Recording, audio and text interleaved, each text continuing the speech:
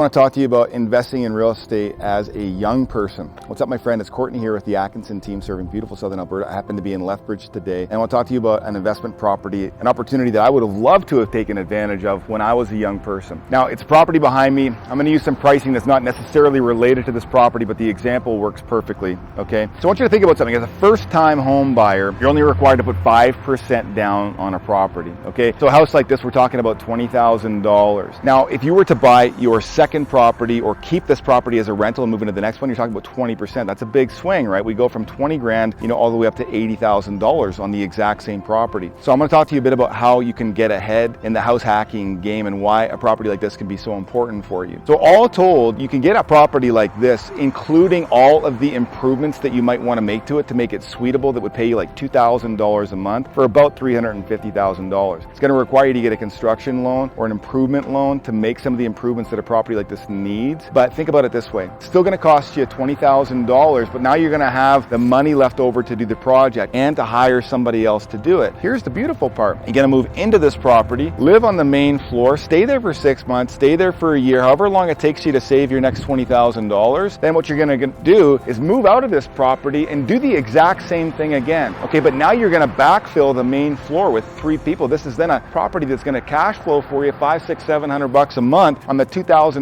rent that you can get out of it. And now you're going to do the exact same thing on another property, again with 5% down. Why? Because that's your primary residence, okay? Only have to pay 20% down if you're not moving into it. So let's say, for example, I was to continue to live here in this property and then go buy my next one, I would have to put 20% down on the next one. But if I'm moving into the next one, 5%. So you can start to see how, as a young person, if I can scrape together $20,000, even if I had to get a co-signer on this property, I can bring somebody in to help me finish the workout, maybe cost me like $50,000. That's going to be that improvement loan that I got. Go to Home Depot, going to get one of their credit cards, run that up $10,000, $15,000 at a time, pay it off as I get the draws from the mortgage, finish this property out, live in it 6 months, 12 months, however long it takes to do that, and save their balance, get me back up to 20 grand again, and then go repeat and do it over again. Listen, in the span of 5-6 years, you could have 5 or 6 properties, and by that point, you'd be talking to commercial bankers where the rates, although are a little bit higher, it's easier to get into them because they start looking now at your portfolio. So imagine you're 25 years old when you start this. By the time you're 30, you got a real estate portfolio worth millions of dollars. Even if you didn't do it again and you decide to settle into the next property, the 6th one, you've got 5 rentals behind you, and you only had to come up with $20,000 5 times, and you never do it again, and you're set to retire by the time you're 50 years old. You've got most of these paid off. It's a crazy way to approach real estate. More people should be doing it. Simple house hacking approach, one that you can do easily. If you want to talk more, let us know. Okay, take good care.